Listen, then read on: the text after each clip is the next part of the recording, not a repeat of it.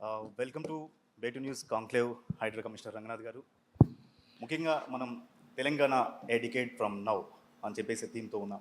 So ఇందులో భాగంగా Hydraa vision next 10 years ఎలా ఉండబోతుంది సార్?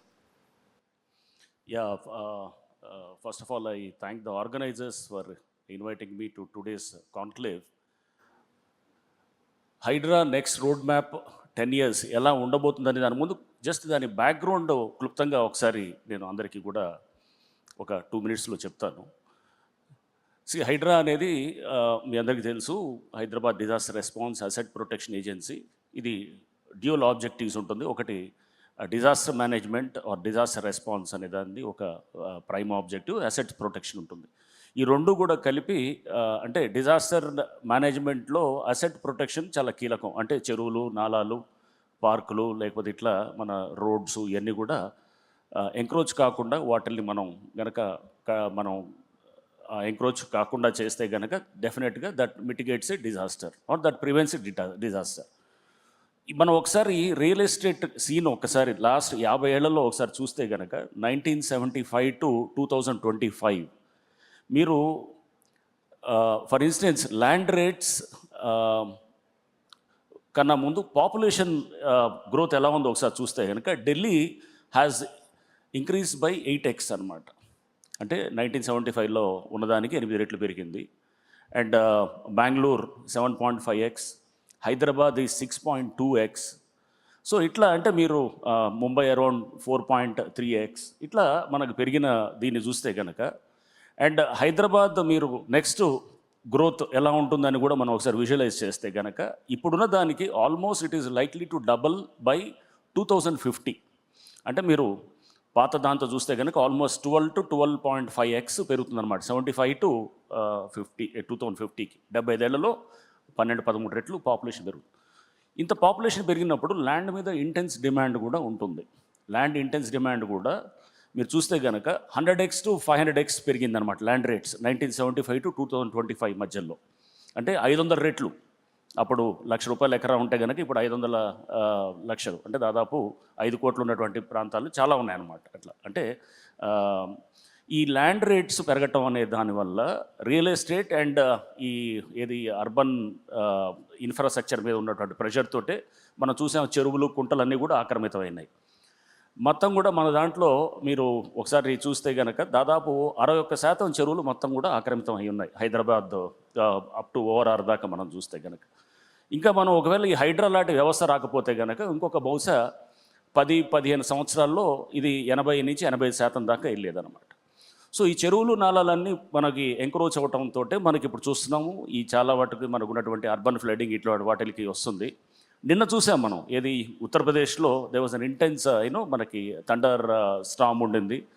అండ్ దాంట్లో దాదాపు 117 మంది చనిపోయారని చెప్పి కూడా మనకి ఈరోజు పేపర్స్ అన్నింటిలో కూడా చూస్తున్నాం.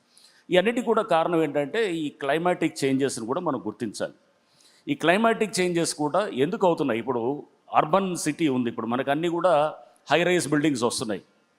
హై రైజ్ బిల్డింగ్స్ చాలా చోట్ల కూడా మనకి ఈ ఏది హై రైజ్ బిల్డింగ్స్ వచ్చినప్పుడు కాంక్రీటైజేషన్ విపరీతంగా పెరుగుతుంది అనమాట. అంటే అంత రోడ్డు అంత మొత్తం ఎక్కడ చూసినా కాంక్రీటే ఉంటుంది.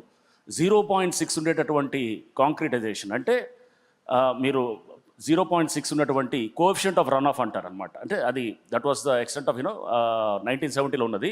ఇప్పుడు 0.98 అంటే 100 లీటర్లు వర్షం పడితే 2 లీటర్లే ఇంకుతుంది అనమాట దీంట్లో గ్రౌండ్లోకి.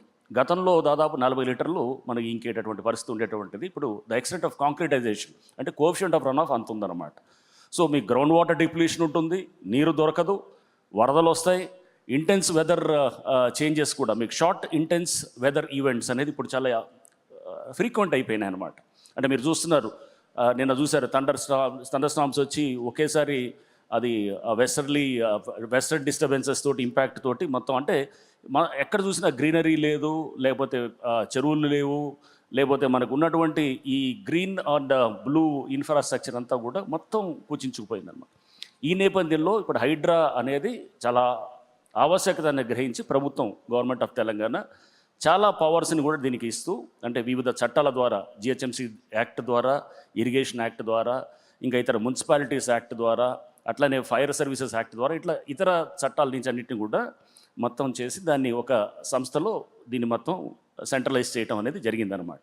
సో ఈ నేపథ్యంలో మనం ఇప్పుడు చాలా చెరువులు ఇంతకుముందు కూడా చేశారు, నేను కాదనేది, మనం ఇప్పుడు మేము చెరువులు తయారు చేస్తున్నాం. గతంలో చేసిన వాటిల్లో చూస్తే కనుక ఎప్పుడు ఎంక్రోచ్మెంట్స్ మీద ఎవరు పోయింది ఎక్కడ లేదు. బెంగళూరుకి మేము 2024 హైడ్రా ఫామ్ చేసిన తర్వాత మేము బెంగళూరుకి వెళ్ళాము స్టడీ చేద్దామని చెప్పేసి. అక్కడ ఎందుకంటే చెరువుల పునరుద్ధరణ అనేది 2007-8 నుంచి జరుగుతుందన్నమాట. వెళ్తే అక్కడ చూసినప్పుడు మాకు అర్థమైంది ఏంటంటే అక్కడ దాదాపు గత 15-20 ఏళ్ళ నుంచి జరుగుతుంది, ఒక పర్వాలేదు ఒక లెవెల్లో జరుగుతుంది. అక్కడ అర్థం చేసుకున్న తర్వాత ఇక్కడికి వచ్చి మేము దీన్ని రీజునేషన్ ఆఫ్ లేక్ స్టార్ట్ చేసిన తర్వాత బెంగళూరు టీం అంతా వచ్చారు. అక్కడి నుంచి వాళ్ళ చీఫ్ ఇంజనీర్స్, ఈఎన్సీలు చాలామంది వచ్చారు. వచ్చి మీరు ఎలా చేస్తున్నారు ఎంక్రోచ్మెంట్స్ రిమూవల్ అని అడిగారు. We said the pattern which we are adapting. అన్నిటికన్నా అతి క్లిష్టమైంది, కష్టమైంది ఎంక్రోచ్మెంట్స్ తీయటమే. చెరువుల పునరుద్ధరణ గతంలో కూడా చేశారు, చాలామంది జరిగినాయి చాలా చెరువులు. కానీ ఏంటంటే ఎంక్రోచ్మెంట్స్ తీయకుండా సపోజ్ 5 ఎకరాలే ఉందనుకోండి, 10 ఎకరాలు 15 ఎకరాలు ఎంక్రోచ్మెంట్స్ ఉంటాయి కనుక దాన్ని వదిలేసి 5 ఎకరాలని తీయటం, లేకపోతే ఒక చిన్న కట్టలాంటి తయారు చేసి మిగతా ఉన్నటువంటి శిఖం పట్టాలన్నింటినీ కూడా లీగలైజ్ చేయటం, ఇట్లా రకరకాల పద్ధతులు జరిగాయి అన్నమాట.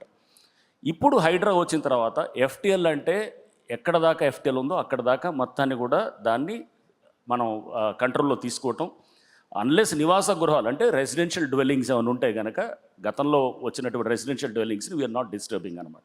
అదర్ దెన్ రెసిడెన్షియల్ డ్వెల్లింగ్స్ మేము we are trying to see that మొత్తం లేక్ ఏరియాని ఎంతవరకు మనం రిజ్యూనేట్ చేయడానికి వీలుంటే అంతవరకు ఎంక్రోచ్మెంట్స్ని తీసి చేస్తున్నాం అనమాట. సో తద్వారా ఇప్పుడు ఏమైంది, ఎంక్రోచ్మెంట్స్ అనేది దాదాపుగా చాలా తగ్గుముఖం పట్టాయి.